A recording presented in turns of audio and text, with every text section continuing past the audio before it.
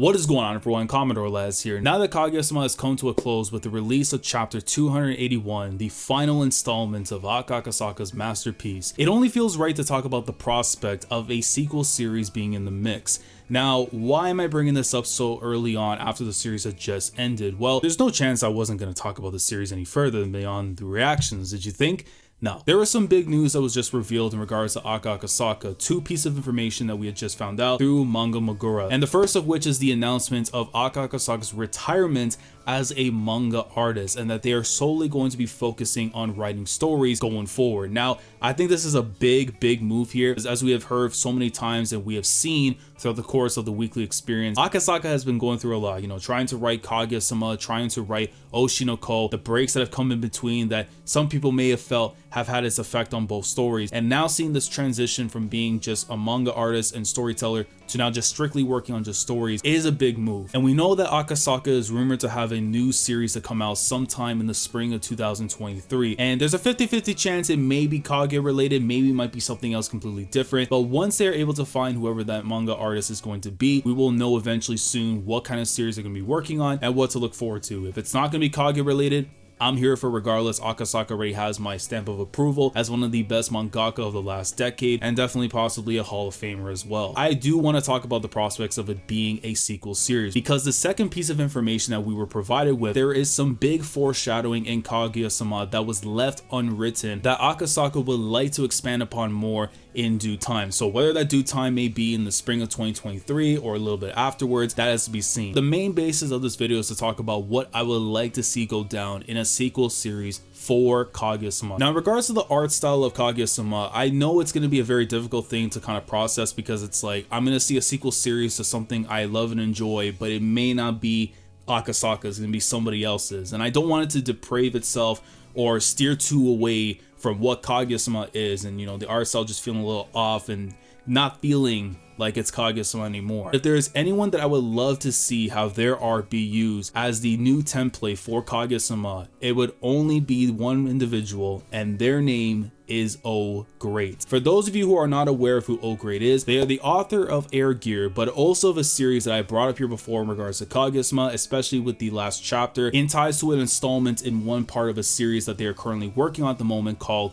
Monogatari, specifically the Baki Monogatari series in Weekly Shonen Magazine. It's been some time now that we had known the information that O Great is going to be finishing up their run with Monogatari in the magazine, whether it means that they're done with that phase of the story in Baki Monogatari or they may end up doing something else afterwards. The chances of them having now an open slot to work on something else is quite high, and if there's anyone who I would love to see their art style in some shape or form be put for Kaguya-sama, it would be O Great. They would be the one that I would give my stamp of approval to see be the new artist and basically working alongside Akasaka. Because you imagine the storytelling of Akasaka, the art style of someone like O Great, a combination of those two together would be must-read fiction on a weekly, bi-weekly, whenever basis. Now that we have that out the way, I do want to talk about what kind of title for the series I would like to see. Obviously, Kaguya-sama Love is War is something we had known in terms of the past and what we had saw before, with Miyuki and Kaguya going at each other in terms of trying to find out who's going to confess to the other their love for one another. Now that that's out the way, we know that they're in a relationship. The whole thing comes down to the whole proposal. Who's going to propose to whom? Who's going to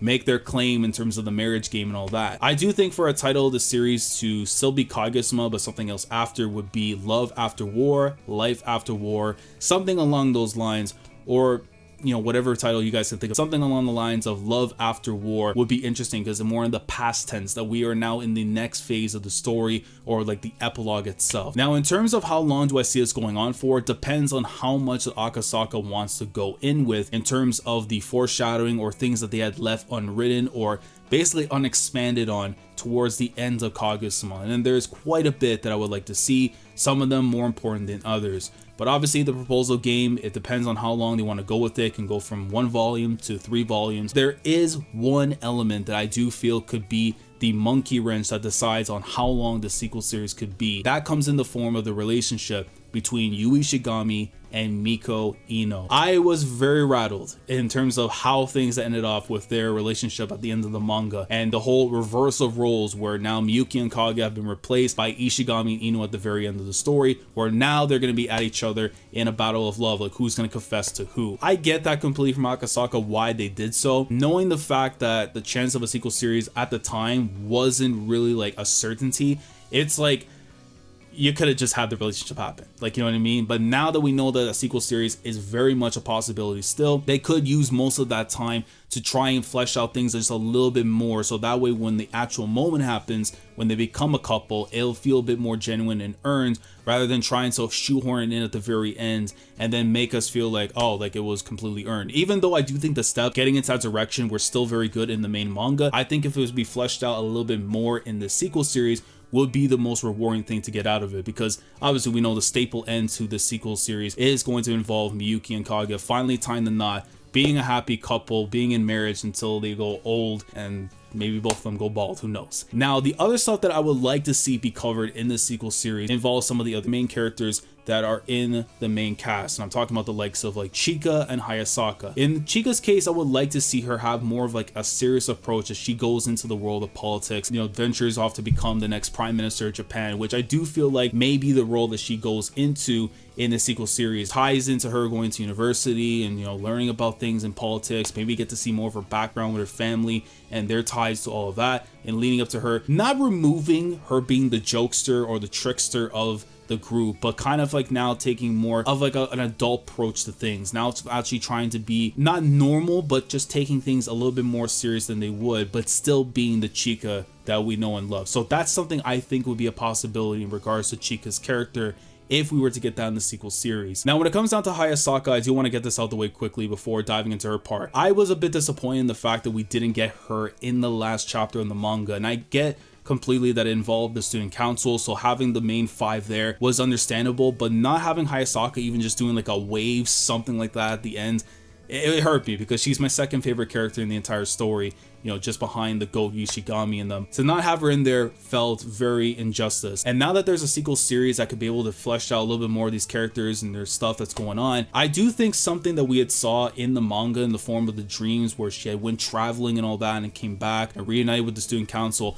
I think will be something I would like to see go down in the sequel manga, where she's going out and doing her own thing and she's seeing the world now that she's no longer tied to the Shinomiya family, that she'll be able to live her own life. She's got 40 million yen in the bank. She can do what she wants. I think that would be very good to see, where she goes out and sees the world for herself, be able to express herself more as a person, find herself as a person, and maybe, who knows, maybe she finds somebody else afterwards that she can build a connection with and maybe a relationship with. Other than that, she may end up going back to Chika for all we know. So who knows exactly what it is that Akasaka wants to do with Hayasaka there, but I do have a lot of interest in seeing how her story will play out from there. In addition to more of the side cast, I would like to see what's going to happen with Maki, because as we do know, at the very end of their story, the whole thing with Kashiwagi and Tsubasa, now that they have their own kid, and I definitely would like to see how they're going to be able to deal with life now, you know, university, college, while still raising like a kid at the time. What's going to end up having with Maki in terms of her finding somebody so that she could go and move on from the Tsubasa and Kashiwagi stuff that have been going on since pretty much the entire series. If that were to be the case, where we get to see, you know, whoever that person may be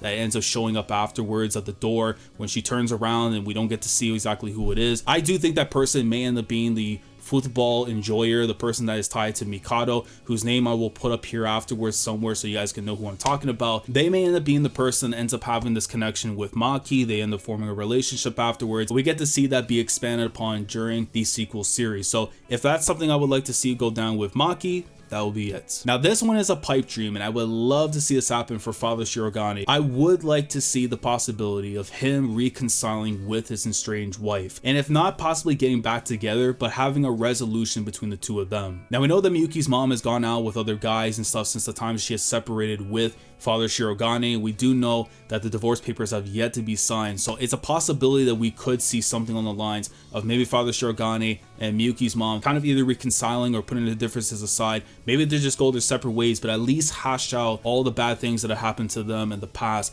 and seeing whether or not they can maybe end up forming a couple again, or maybe just be at the respective sides of their kids and wanting to see them grow as two individuals who are going into the world, becoming adults, so that they don't end up going down the same route that the both of them sort of had went into, where, you know, they're not able to reconcile, they're not able to, you know, be on civil sides, especially for the relationship between Kei and Miyuki. You want to be able to at least show that even if you guys are divorced, even if you're never going to be able to get back together, at the very least, it's not something that's going to affect your kids, and you want to make sure that your kids are going to be completely fine at the very end. And even though we saw the greatness that came with Kei and her mom and how she was able to deal with that whole thing and still being on the side of her brother Miyuki, I do think that that would be a great way to have things completely finish off with the Shirogane family and be able to show that everyone was able to move on their own, whether it be getting back together, going their separate ways. But that would be definitely something I'd like to see go down in the sequel series. So that's what I would like to see go down in the sequel series for Kaguya-sama, in terms of what the title of the series would be like, what kind of mangaka artists I would love to see working alongside with Akasaka as they do the arts while Akasaka is writing the story. Whatever connection it could be, or the right people that they have in contact with to go and make this story,